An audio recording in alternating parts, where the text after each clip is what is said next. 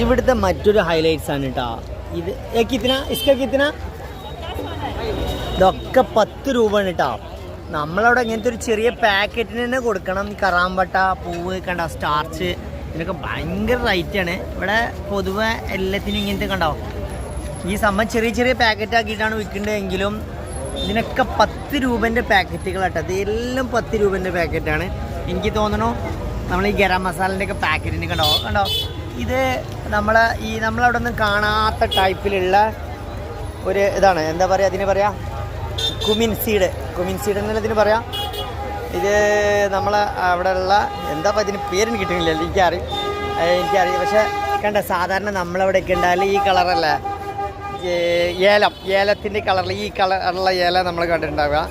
ഇത് ഇവർ കണ്ടോ ഇവരെടുത്തൊരു ബ്ലാക്ക് ടൈപ്പിലുള്ള ഏല നമുക്ക് കാണാൻ പറ്റും. പിന്നെ ഇത് എനിക്ക് തോന്നുന്നു നമ്മളെ കൊടംപുളിയാണ്, സാധാ കൊടംപുളി തന്നെയാണ്.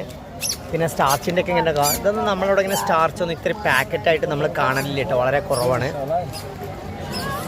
കണ്ടോ ഇതൊക്കെ എന്താണ് എനിക്ക് വലിയ പിടുത്തമില്ല. ഇങ്ങനെയുള്ള കുറേ ഒരുപാട് സുഗന്ധ വ്യഞ്ജനങ്ങളാണ് പറ്റുകൊണ്ടിരിക്കുമ്പോൾ ചേച്ചി ചോദിക്കുകയാണ്. ഞാനത് ഇങ്ങനെ അവിടെ നിന്ന് ഓരോന്നും ഇങ്ങനെ കാണിച്ചുകൊണ്ടിരിക്കുമ്പോഴേ ആ ചേച്ചിനോട് ചോദിച്ചാൽ എന്താ വേണ്ടതെന്ന്. ഞാൻ പറഞ്ഞു നമ്മൾ ഇതൊക്കെ മറ്റുള്ളവർക്ക് കാണിച്ചു കൊടുക്കുക, ഇൻഫ്ലുവൻസ് ചെയ്തുകൊണ്ടിരിക്കുകയാണ്.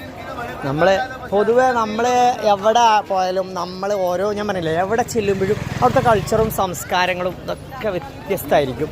അതൊക്കെ ഇങ്ങനെ നമ്മൾ ബിസിനസ്സിൻ്റെ ഇടയിലൊക്കെ അവിടെയൊക്കെ നമ്മൾ പകർത്താൻ വേണ്ടി സമയം കാണുക അതൊരു രസകരമായ കാര്യം തന്നെ. കാര്യങ്ങളൊക്കെ വിറ്റുകൊണ്ടിരിക്കുന്നുണ്ട്. ഈ ബായി കിतना KG है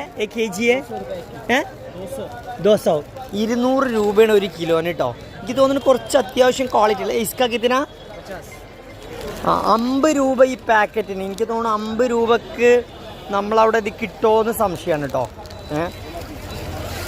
ഇങ്ങനെ കുറേ സംഭവങ്ങളാണ് ഈ ബായി വിറ്റുകൊണ്ടിരിക്കുന്നുണ്ട്. ഈ ബായി എന്തോ ഇങ്ങനെ ഇടയ്ക്കിടയ്ക്ക് കൈകൊണ്ട് തേച്ചിട്ട് അത് തുടച്ചുകൊണ്ടിരിക്കുന്നുണ്ട്. എന്താണ് ചെയ്യുന്നതെന്ന് അറിയില്ല. എനിക്ക് തോന്നുന്നു ഈത്തപ്പഴം ക്യാ കർണേക്ക എന്തോ സംഭവമാണോ ചെയ്യുന്നുണ്ട് കണ്ടോ. ഈത്തപ്പഴം പാക്കറ്റിലാക്കാനും വേണ്ടിയിട്ട് ഖജൂർ പാക്കറ്റിങ് കർണേക്കില്ല. ഖജൂർ കേട് വരാതിരിക്കാൻ വേണ്ടിയിട്ട് ഓൻ ചെയ്യുന്ന എന്തോ പരിപാടിയാണ്. ഇൻസൈഡ് ഓയിൽ ഇട്ടതാണ്. ബ്ലോഗിങ്